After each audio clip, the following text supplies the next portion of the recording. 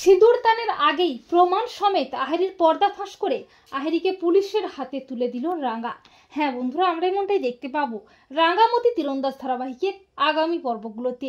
আহেরির সমস্ত অন্যায় কর্মের প্রমাণ জোগাড় করতে অফিসার সত্যজিতের প্ল্যান মতো কতগুলো গোপন ক্যামেরা আহেরির বাড়ির ভেতরে বিভিন্ন কোনায় কোনায় লাগিয়ে দেয় রাঙা, কিন্তু আহেরি কোনো টেরও পায় না।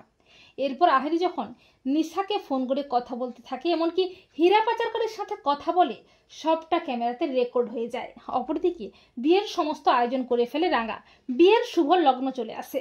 রাঙার নিজের হাতে আহেরিকে কোণে সাজিয়ে দেয়। আর আহেরি মনে মনে ভাবে, সবটা আবার রাঙার কোনো চাল নয় তো। এরপর আহেরি কোণে বেশে আর একলব্য বর বেশে ছাদনাতলায় আসে। বিয়ের কাজ শুরু হয়ে যায়।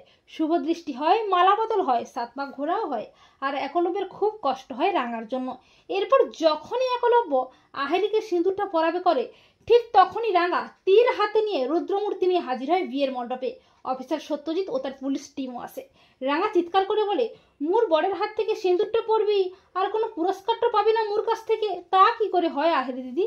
রাঙাকে দেখে ভয় পেয়ে যায় আহেরি। রাঙা বলে, আহেরি দিদি, তুই যে মিথ্যে ভালোবাসার নামে উড়ানবাবুকে ঠকাইছিস, মুখে বারবার মারার চেষ্টাটা করেছিস, হীরা পাচারটা করিস, তার সমস্ত প্রমাণ পুলিশের হাতে আমি তুলে দিয়েছি।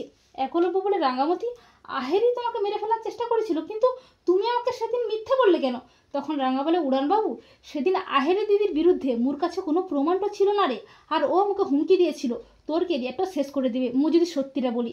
এরপর আহেরি একলব্যকে বলে, রাঙা যা বলছে সব মিথ্যে বলছে। তখন একলব্য আহেরিকে একটা ঠাঁটিয়ে চড় কষিয়ে উচিত শিক্ষা দিয়ে বলে, সেদিনই আমার সন্দেহ হয়েছিল, তোমার মতো ক্রিমিনালের উপযুক্ত জায়গা হলো জেল। এরপর অফিসার সত্যজিৎ ও তার পুলিশ টিম প্রমাণ সহ আহেরিকে অ্যারেস্ট করে ঘাড় ধরে টানতে টানতে থানায় নিয়ে যায়। তো বন্ধুরা, তোমরা এটাই চাও তো যে সিঁদুরদানের আগেই প্রমাণ সমেত আহেরির পর্দাফাঁস করে আহেরিকে যেন পুলিশে দেয় রাঙা? কমেন্ট করে জানাতে ভুলো না যেন তোমাদের মতামতটি।